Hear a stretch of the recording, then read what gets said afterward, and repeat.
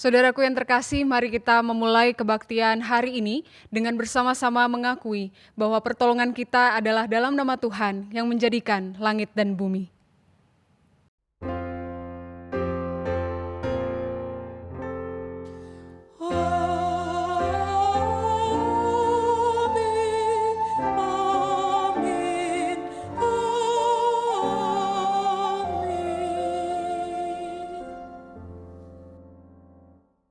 Terimalah salam, kasih karunia dan damai sejahtera dari Allah Bapa kita dan dari Tuhan kita Yesus Kristus menyertai saudara sekalian.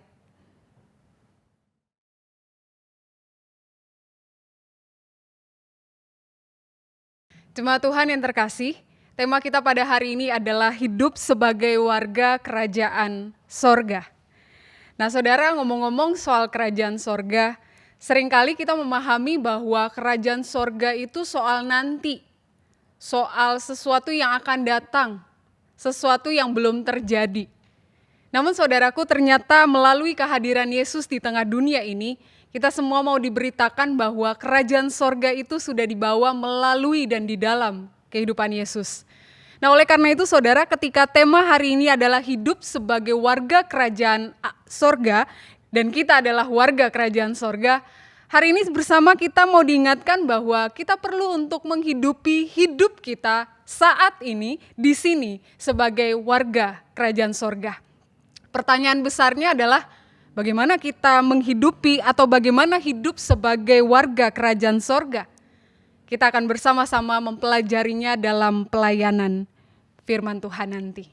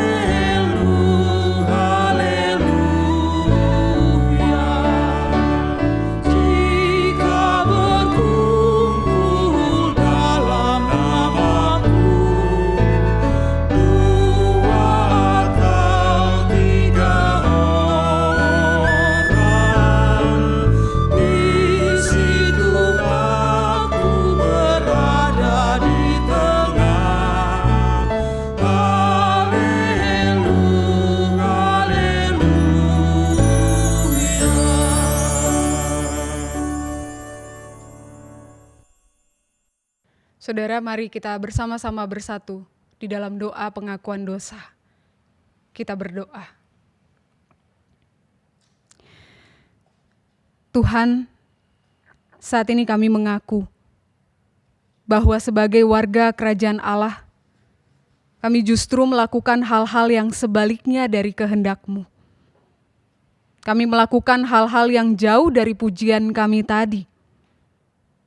Dalam hidup kami, yang sekarang semakin sulit, dalam hidup kami yang sekarang semakin sibuk, hidup kami yang sekarang semakin kacau. Tuhan, kami mau memohon ampun jika kami tidak mencari dahulu kerajaan Allah. Ampuni kami jika kami justru menjauhi persekutuan-persekutuan yang ada. Ampuni kami jika kami hanya meminta tanpa mau usaha, mencari dan mengetuk. Ampuni kami yang hanya mengutamakan materi ketimbang firman Tuhan yang abadi. Tuhan, kami sadar kami berdosa. Namun jikalau Tuhan tidak menebus dan mengampuni kami, hidup kami semakin susah, dosa kami semakin berat, langkah kami semakin sesat. Oleh karena itu, marilah ya Tuhan, ampuni kami yang berdosa ini. Di dalam Kristus, kami berdoa dan memohon pengampunan. Amin.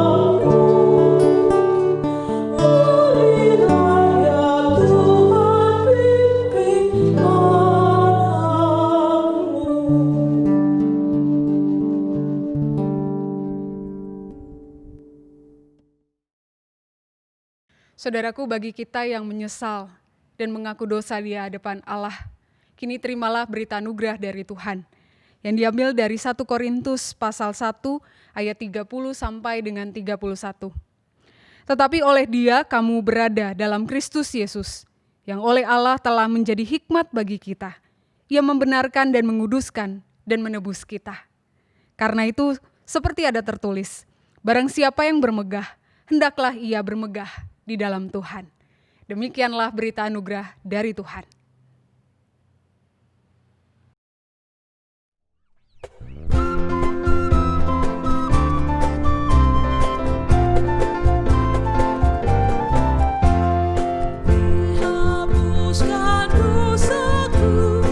Hanya oleh darah Yesus.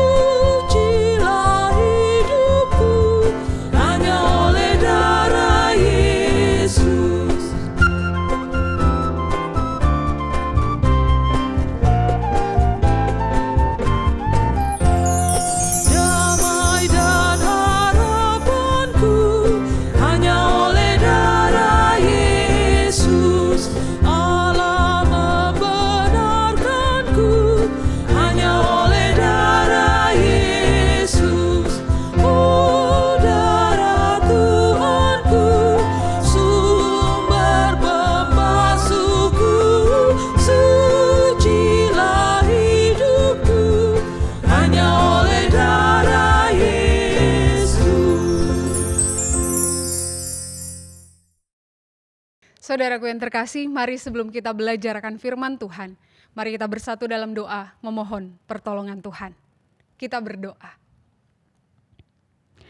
Allah yang telah menghapuskan dosa-dosa kami, saat ini kami mau merendahkan diri kami di hadapan Engkau Sang Ilahi. Kami mau belajar dan disegarkan kembali oleh sabda-Mu yang abadi.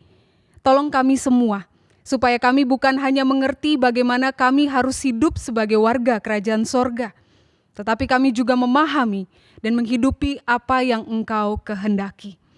Ini seru dan doa kami Tuhan. Di dalam Kristus, Allah yang tak terlampaui, kami panjatkan doa ini. Amin. Saudaraku yang terkasih, bacaan firman Tuhan hari ini diambil dari Injil Tuhan Yesus Kristus menurut Matius. Matius pasal 13, ayat 31 sampai 33, dan dilanjutkan ayat 44 sampai dengan ayatnya yang ke-52. Matius pasal 13 ayat 31 berbunyi demikian. Yesus membentangkan suatu perumpamaan lain lagi kepada mereka. Katanya, hal kerajaan sorga itu seumpama biji sesawi yang diambil dan ditaburkan orang di ladangnya. Memang biji itu yang paling kecil dari segala jenis benih.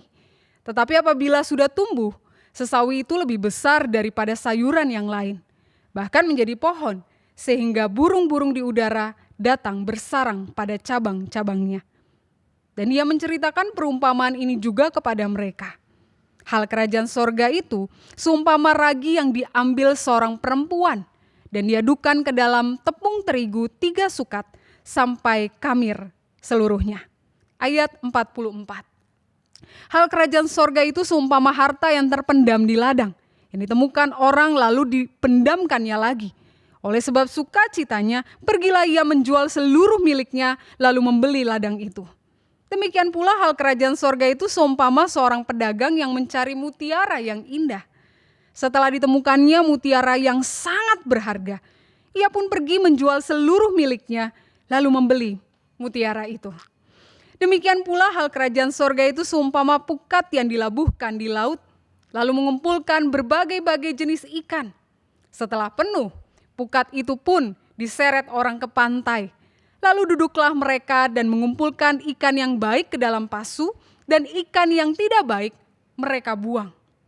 Demikianlah juga pada akhir zaman, malaikat-malaikat akan datang memisahkan orang jahat dari orang benar, lalu mencampakkan orang jahat ke dalam dapur api. Di sanalah akan terdapat ratapan dan kertakan gigi. Mengertikah kamu semuanya itu? Mereka menjawab, ya, kami mengerti. Maka berkatalah Yesus kepada mereka, karena itu setiap ahli Taurat yang menerima pelajaran dari hal kerajaan sorga itu, seumpama tuan rumah yang mengeluarkan harta yang baru dan yang lama dari perbendaharaannya. Saudaraku, demikianlah Injil Yesus Kristus. Berbahagialah setiap kita yang mendengarkan firman Allah dan yang melakukannya. Haleluya.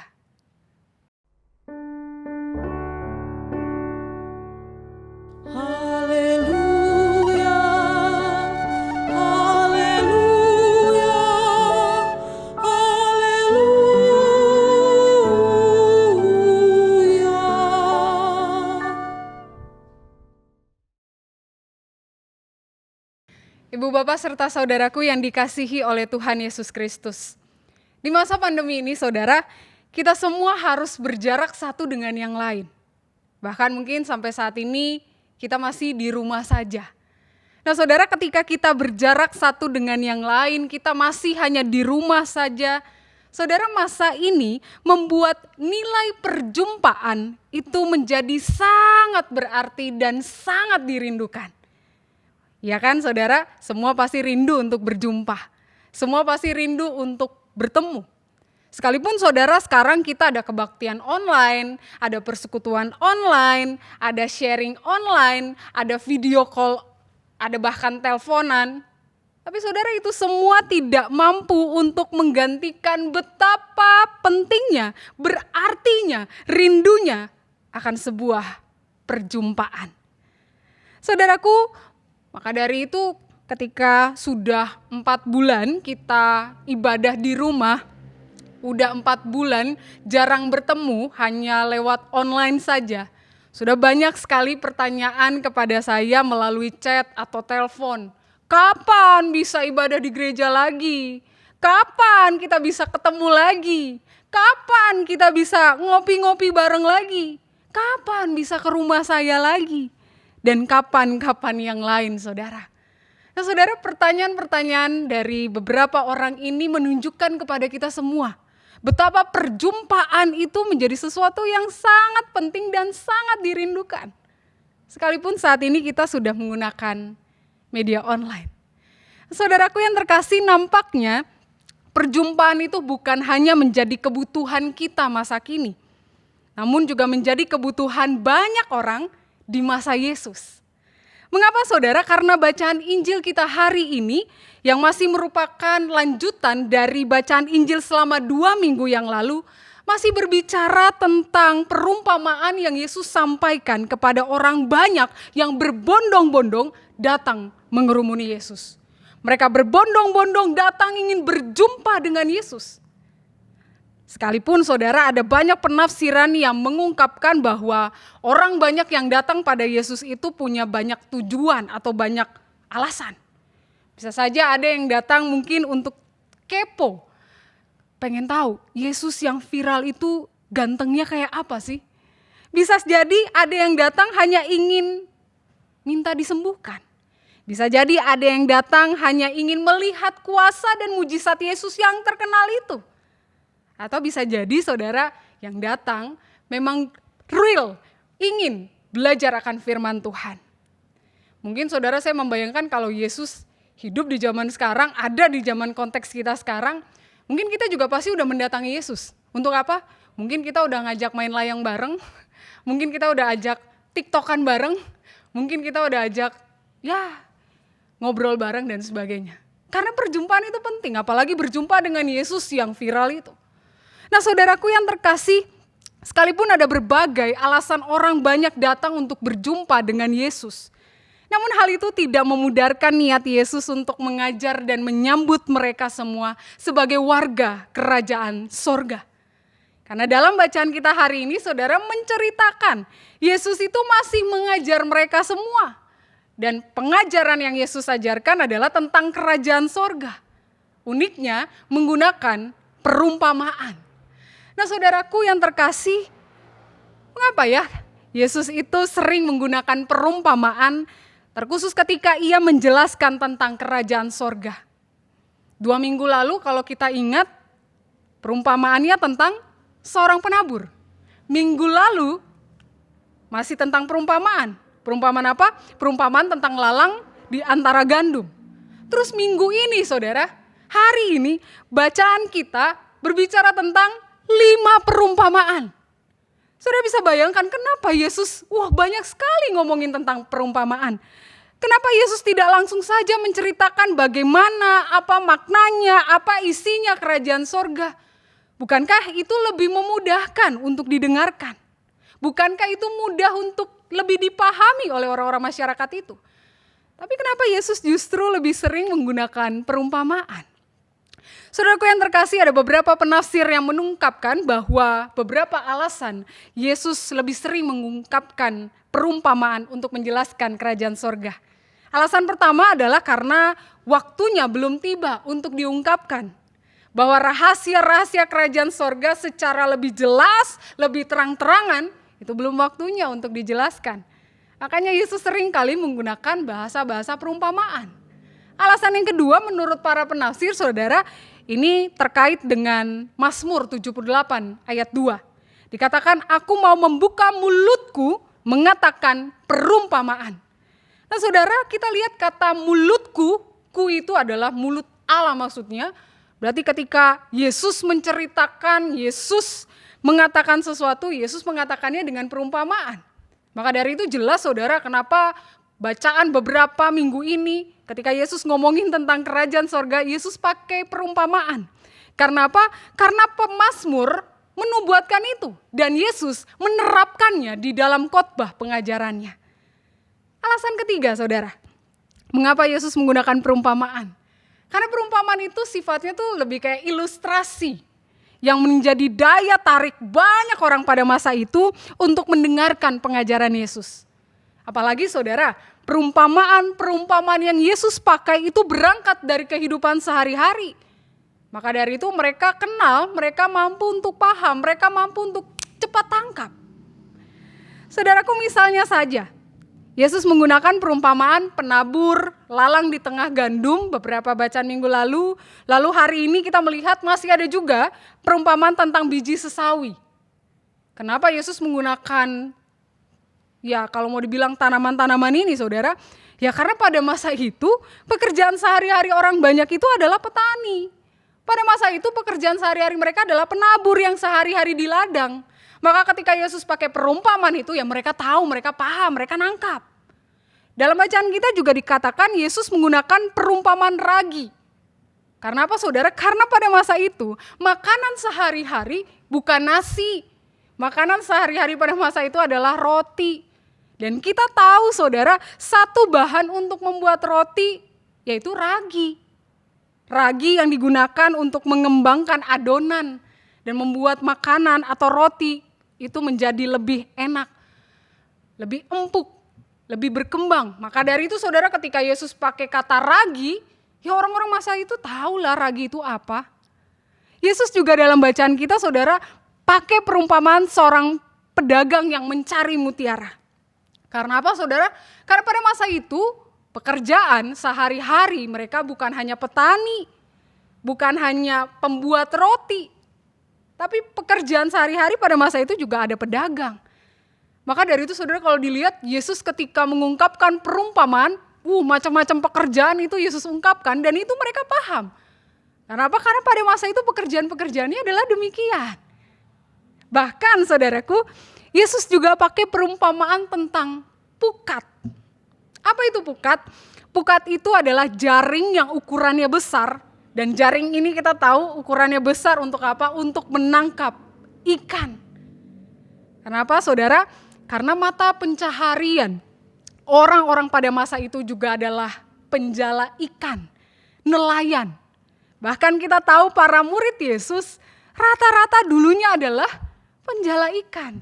Yang kemudian dipanggil Yesus menjadi penjala manusia.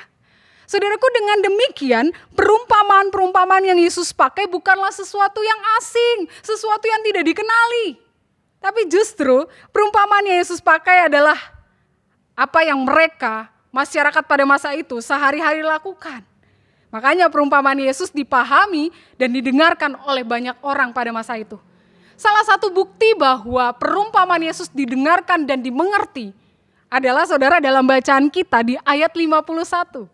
Di sana Yesus tanya kepada mereka semua setelah Yesus menjelaskan tentang perumpamaan-perumpamaan. Yesus tanya, mengertikah kamu semuanya itu? Menariknya saudara, bacaan kita mencatat, mereka menjawab, ya kami mengerti. Jawaban mereka inilah yang menjadi indikator bahwa mereka menangkap perumpamaan-perumpamaan yang Yesus sampaikan. Sekalipun saudara, kita tidak tahu seberapa dalam mereka benar-benar mengerti. Saudaraku yang terkasih dalam Tuhan Yesus Kristus, kalau orang banyak pada masa itu mengerti perumpamaan yang Yesus pakai, dikarenakan konteks mereka. Saudara, bagaimana dengan konteks kita sekarang? Bisa jadi saudara di masa ini kita tidak mengerti apa makna dari perumpamaan-perumpamaan yang Yesus pakai. Karena konteks kita jauh berbeda dengan konteks Alkitab. Namun beda. Terkhusus beda konteks bukan berarti kita menolak untuk memahami. Justru ketika ini berbeda konteksnya saudara, kita perlu menggali ulang, mencari tahu apa makna dari perumpamaan-perumpamaan yang Yesus pakai. Sehingga saudara kita juga bisa paham. Kita di konteks kini jadi warga kerajaan sorga itu harus hidup seperti apa? Saudaraku yang terkasih dalam Tuhan, dari 5 perumpamaan dalam bacaan kita hari ini, kita mau lihat saudara bahwa Yesus sebenarnya sedang memberikan kita semua gambaran bagaimana hidup sebagai warga kerajaan sorga. Bagaimana sehari-hari kita mempraktekkan hidup kita sebagai warga kerajaan Allah. Saudara, kita akan melihatnya makna itu dari perumpamaan-perumpamaan yang Yesus pakai. Kita mau lihat perumpamaan yang pertama. Perumpamaan yang pertama yang Yesus pakai adalah perumpamaan tentang biji sesawi. Saudara, biji sesawi ini adalah biji yang kalau Alkitab mencatat paling kecil dari segala jenis benih. Namun, apabila sudah tumbuh, benih ini bukan hanya menjadi tanaman sayuran, tapi benih yang kecil ini bahkan paling kecil di antara jenis benih yang ada, dia menjadi pohon yang besar dan bahkan burung-burung di udara bisa bersarang pada cabangnya. Saudara, apa yang menarik dari perumpamaan pertama ini? Yang menarik adalah perumpamaan ini mengajarkan tentang sesuatu yang kecil. Namun ternyata sesuatu yang kecil ini punya dampak yang besar. Maka saudara, kita sering kali kenal istilah don't judge a book by its cover. Jangan cepat-cepat menilai sesuatu, menilai buku, menilai orang lain, menilai benih hanya dari cover, penampilannya aja. Karena apa saudara? Karena biji sesawi memang kecil. Bahkan biji yang paling kecil. Namun ternyata benih yang kecil ini jangan diremehkan. Jangan dijudge, kecil, pasti hasilnya kecil. Karena ternyata saudara, dari benih yang paling kecil ini, ia bisa bertumbuh menjadi pohon yang besar. Bahkan pohon yang berdampak buat yang lain. Itu yang pertama. Demikian juga saudara, ternyata makna dari perumpamaan yang pertama ini dengan perumpamaan yang kedua yang Yesus pakai. Yaitu perumpamaan tentang ragi. Saudara, kita pasti pernah melihat ragi ya. Apalagi di masa pandemi ini kita mungkin di rumah suka masak, suka bikin roti, suka bikin kue. Dan kita pasti tahu ragi itu apa. Dan saudara, ragi itu bentuknya butiran-butiran kecil. Yang biasanya kalau buat masak itu diaduk di tepung terigu yang kemudian berfungsi untuk membuat adonan mengembang dan menjadi empuk. Saudara, dari perumpamaan Yesus yang kedua ini, kita mau lihat bahwa ternyata perumpamaan yang kedua ini agak mirip dengan perumpamaan yang pertama tadi. Bahwa ragi yang adalah butiran-butiran kecil, namun ternyata lihat, dia bisa memberikan dampak bagi adonan, bagi tepung, sehingga adonan yang tadinya sedikit mengembang, empuk. Lihat saudara, sesuatu yang kecil ternyata bisa menghasilkan dampak yang besar. Saudaraku, kita akan lanjutkan ke perumpamaan yang ketiga. Perumpamaan ketiga, saudara, Yesus katakan kerajaan sorga itu seumpama harta yang terpendam. Yang ditemukan orang, orang ini bukan pemilik ladang saudara, tapi orang ini mungkin adalah orang yang bekerja sebagai penggali, pencangkul, atau pembuat parit di ladang. Namun ketika dia sedang mencangkul, atau ketika dia sedang di ladang saudara, dia menemukan harta yang terpendam. Firman Tuhan katakan ketika ia menemukan harta yang terpendam itu, oleh sukacitanya, pergilah ia menjual seluruh miliknya, lalu membeli ladang itu. Saudaraku, kalau kita jadi orang itu, apa yang kira-kira akan kita lakukan? Mungkin saudara, kita akan ambil harta itu, lalu kita jual, selesai. Kita dapat untung, enak toh. Tapi justru dalam perumpamaan Yesus, orang itu malah menjual seluruh miliknya, seakan-akan menunjukkan bahwa harta yang terpendam dalam ladang itu sesuatu yang sangat berharga, sesuatu yang sangat penting yang harus ia miliki. Dan bahkan ia rela untuk mengorbankan seluruh miliknya untuk harta yang terpendam itu. Saudara, hal yang sama ternyata perumpamaan Yesus yang ketiga tadi dengan perumpamaan Yesus yang keempat dalam bacaan hari ini. Yesus katakan kerajaan sorga itu juga seumpama seorang pedagang yang mencari mutiara yang indah. Tapi setelah dia menemukan mutiara yang sangat berharga, ia pun pergi menjual seluruh miliknya, lalu membeli mutiara itu. Saudaraku, bisa kita bayangkan, pedagang ini seorang kolektor mutiara indah, mutiara yang mahal. Tentu ya seorang yang kalau mau dibilang kaya. Karena dia punya koleksi sekaligus barang dagangannya adalah mutiara. Barang yang mahal. Namun saudara, sama dengan perumpamaan yang ketiga tadi, pedagang ini yang menemukan mutiara yang sangat berharga itu, dia justru pergi menjual seluruh miliknya, lalu membeli mutiara yang berharga itu. Saudara, perumpamaan yang ketiga dan keempat ini begitu unik. Karena apa? Karena harta yang terpendam itu tidak diceritakan berapa banyak. Isinya apa? Gak tahu. Sampai-sampai orang itu rela menjual seluruh miliknya demi membeli ladang itu. Demikian juga dengan pedagang yang mencari mutiara. Seberapa berharganya sih mutiara itu? Seberapa indahnya sih mutiara itu? Sehingga ia rela untuk menjual mutiaranya yang lain, hartanya yang lain. Hanya demi membeli mutiara yang berharga itu.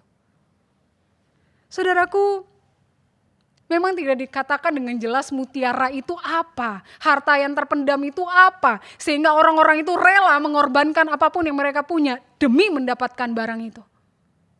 Namun saudara, para bapak gereja seperti Irenaeus dan bahkan Agustinus, mereka mengidentifikasi bahwa harta yang terpendam dan mutiara yang sangat berharga itu adalah Kristus.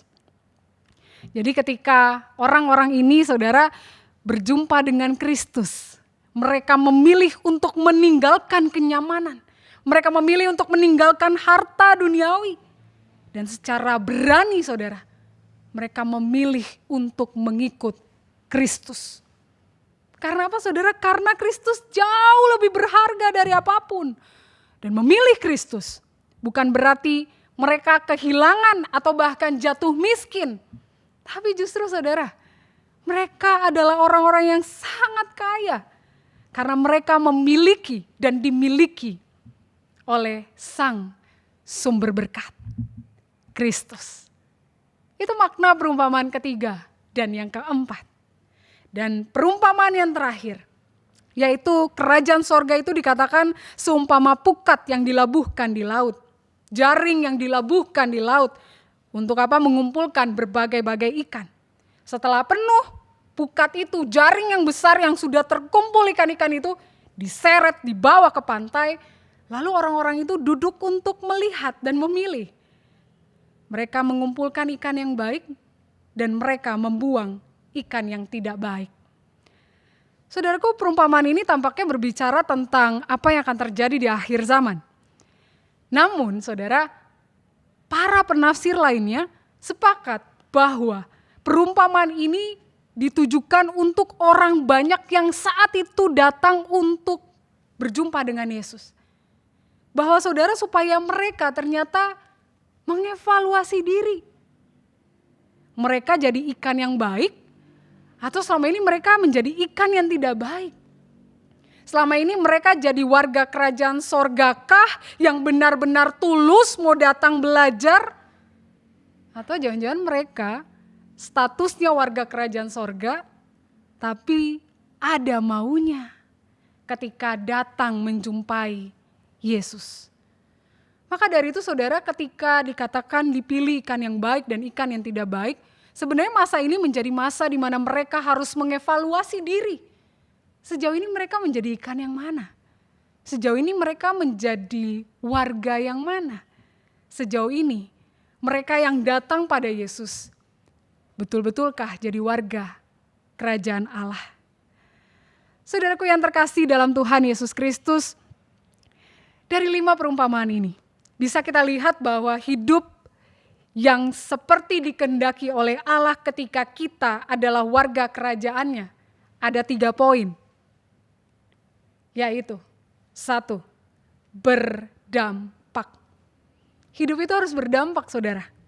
Bukan berdampak buruk tentunya, tapi berdampak baik. Seperti biji sesawi dan ragi. Mungkin kita hanya manusia biasa. Mungkin kita hanya melakukan hal-hal yang kecil. Mungkin kita hanya seorang pekerja, seorang karyawan, seorang ibu rumah tangga atau bapak rumah tangga.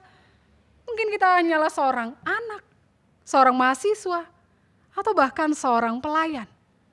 Apapun kita, Tuhan mau saudara melalui bacaan hari ini sebagai warga kerajaan Allah, supaya hidup kita itu berdampak. Dampaknya seperti apa? Dampaknya saudara ternyata dalam perumpamaan-perumpamaan ini, dampaknya ternyata bukan hanya untuk diri kita, bukan hanya untuk diri saya, tapi dampaknya juga harus terasa oleh orang-orang di sekitar kita. Seperti apa? Seperti biji sesawi yang ternyata ketika bertumbuh besar dan menjadi pohon, ia menjadi tempat naungan untuk para burung yang lain. Atau seperti ragi saudara, sekalipun ia kecil, ia dapat berdampak, mengembangkan adonan, mengembangkan orang lain, supaya orang lain bisa berkembang, bisa bertumbuh, bisa terasa dampaknya. Pertanyaan besarnya adalah, sudahkah kita berdampak buat orang lain? Atau jangan-jangan kita enggan karena maunya orang lain yang berdampak terus buat kita. Saudaraku, mari kita ingat bersama. Hari ini kita belajar dari biji sesawi dan ragi yang kecil. Bahwa mereka saja yang kecil bisa berdampak tanpa menuntut ada balasan.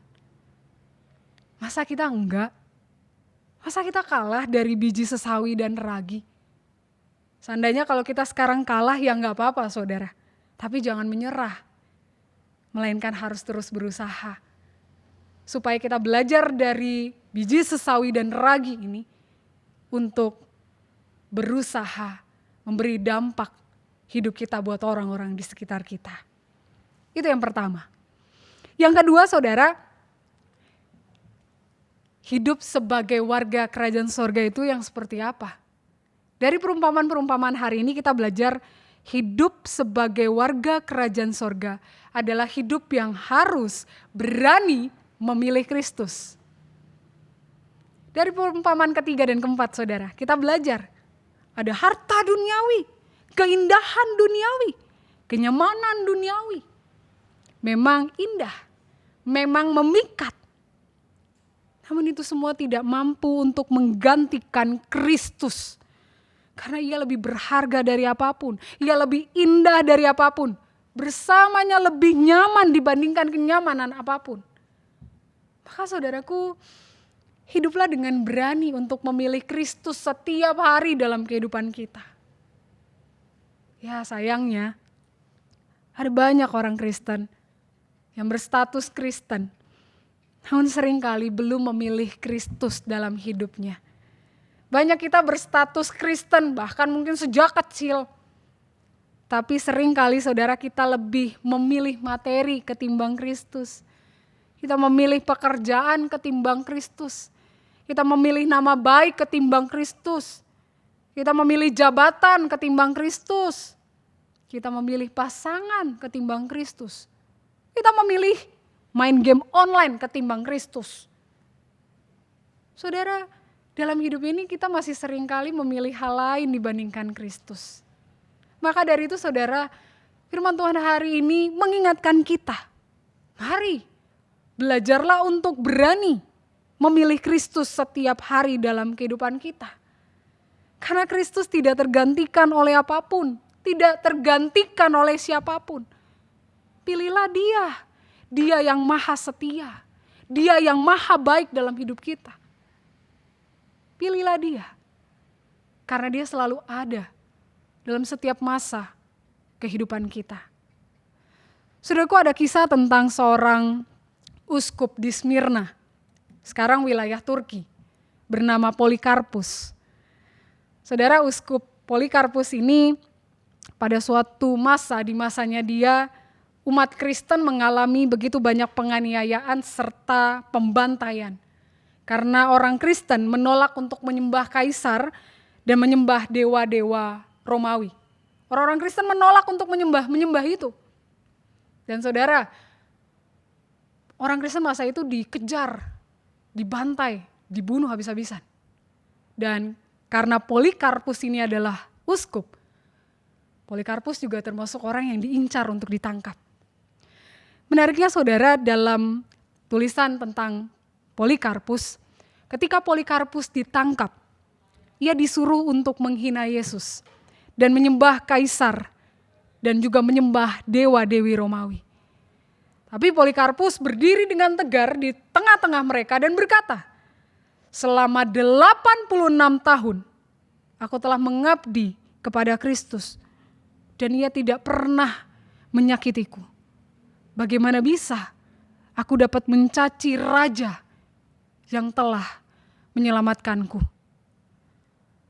Saudaraku, dari pernyataan Polikarpus ini dan penolakan dia untuk menyembah kaisar dan juga para dewa-dewa Romawi, Polikarpus akhirnya dihukum mati dengan dibakar hidup-hidup. Sekalipun naas hidupnya, ia justru menjadi saksi dan orang banyak berdampak gitu ya, untuk menjadi saksi juga, untuk berani menjadi saksi Tuhan, untuk berani memilih Kristus sampai akhir hidup.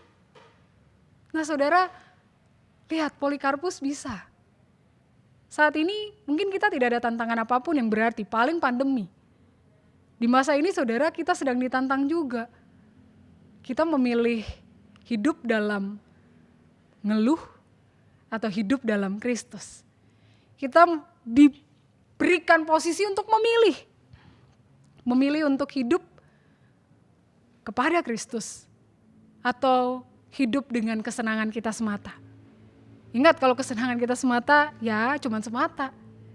Tapi ingat, kalau kita memilih Kristus, mungkin kita kehilangan banyak hal. Tapi kita memiliki segala-galanya dalam hidup kita, yaitu Kristus. Maka pilihlah dia. Dan hal yang terakhir saudaraku, dalam bacaan hari ini, kita mau diajak untuk evaluasi diri. Jadi warga kerajaan sorga harus jadi orang yang mau rendah hati, evaluasi diri. Jangan hanya orang-orang di masa Yesus doang, kita juga. Apakah kita sudah jadi orang yang baik? Udah jadi ikan yang baik?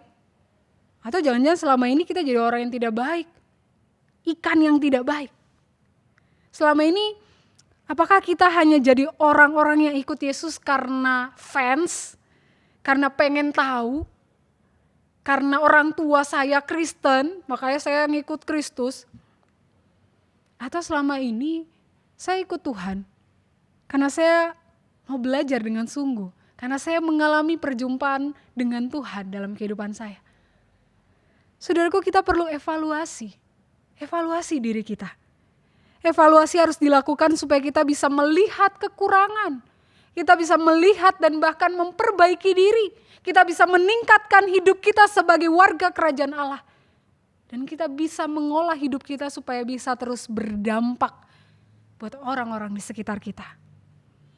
Kiranya saudara melalui hidup yang berdampak, berani memilih Yesus. Dan mau rendah hati, evaluasi diri.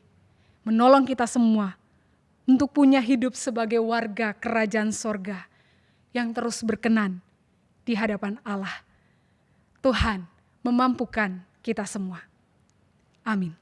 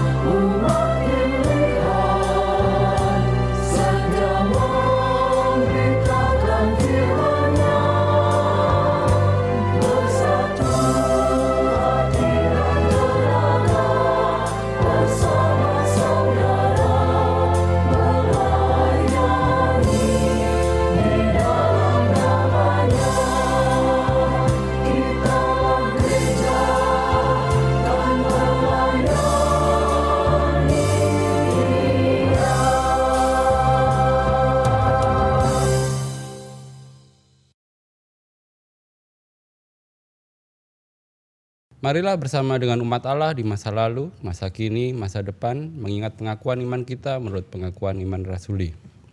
Aku percaya kepada Allah, Bapa yang Maha Kuasa, Khalik langit dan bumi, dan kepada Yesus Kristus, anaknya yang tunggal Tuhan kita, yang dikandung daripada Roh Kudus, lahir dari anak darah Maria, yang menderita sengsara di bawah pemerintahan Pontius Pilatus, disalibkan, mati dan dikuburkan, turun dalam kerajaan maut.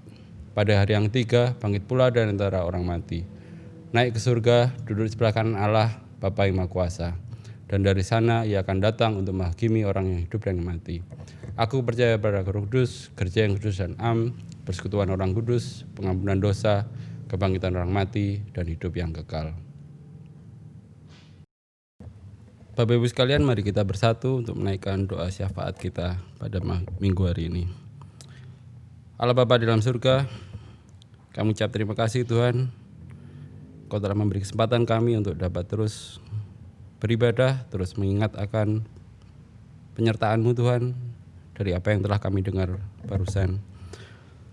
Kami juga akan berdoa Tuhan untuk kondisi negara kami, dengan kondisi pandemi ini, yang Tuhan tahu bahwa kami semua pun tidak tahu yang benar dan yang salah yang mana, dan setiap pemerintah juga membuat keputusan yang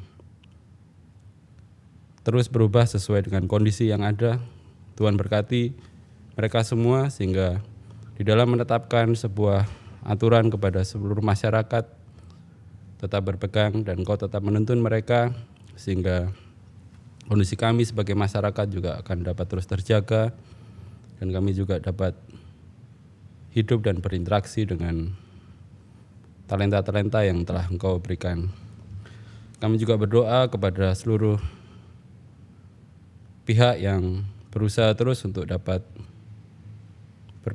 mencari solusi atas pandemi ini. Biarkan itu dapat menjadi hasil nantinya sehingga kami pun dapat kembali berinteraksi seperti sedia kala dengan kondisi tubuh kami yang kuat untuk melawan virus ini dan pandemi ini. Kami juga berdoa untuk seluruh petugas kesehatan, medis, dan juga perangkat lainnya, baik di sisi sampai sisi desa, di dalam menangani hal ini. Kami juga berdoa untuk mereka semua sehingga apa yang mereka lakukan, dan Tuhan terus memperkuat mereka untuk dapat terus bekerja, berpelayanan demi kesehatan masyarakat. Kami juga berdoa bagi seluruh gereja-gereja Tuhan di dalam peran sertanya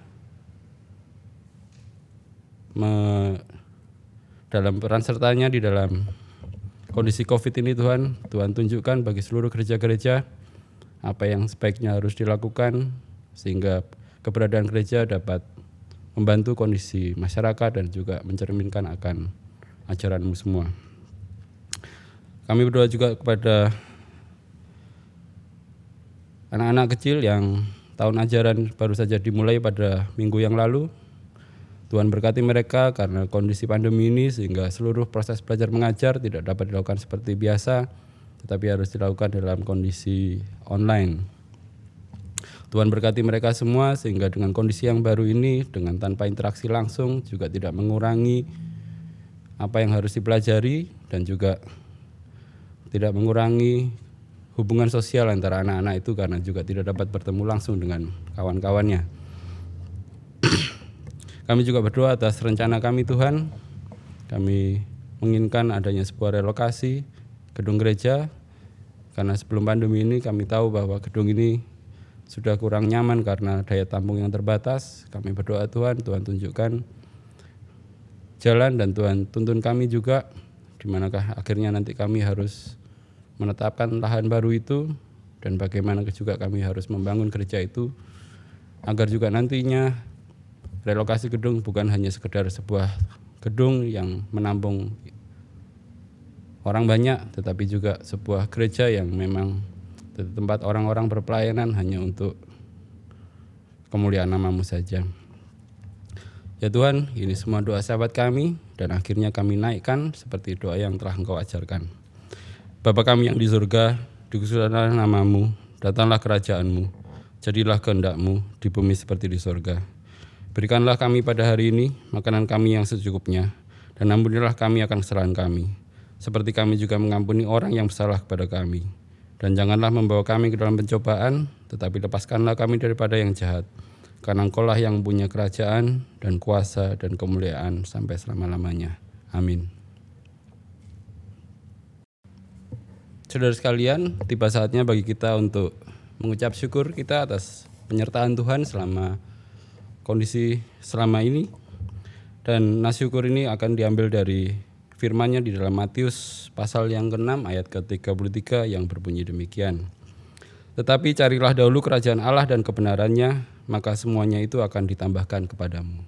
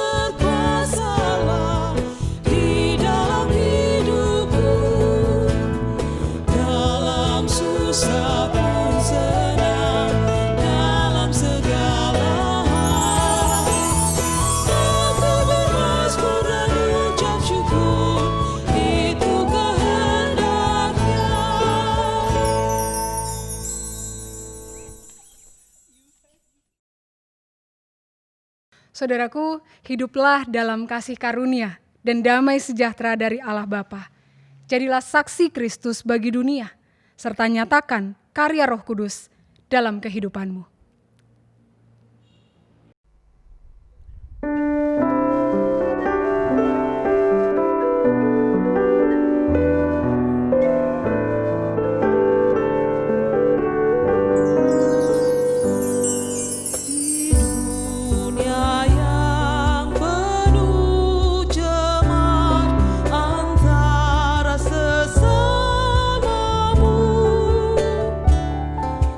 Hidup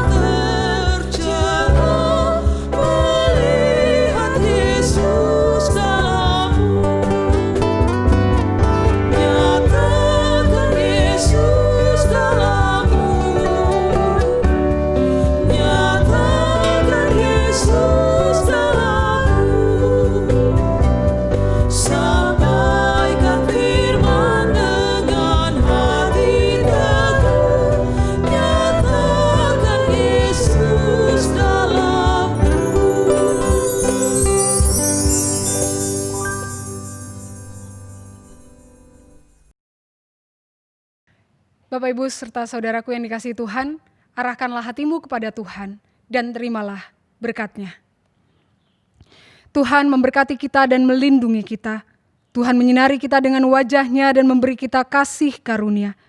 Tuhan menghadapkan wajah-Nya kepada kita dan memberi kita damai sejahtera, kini dan selama-lamanya.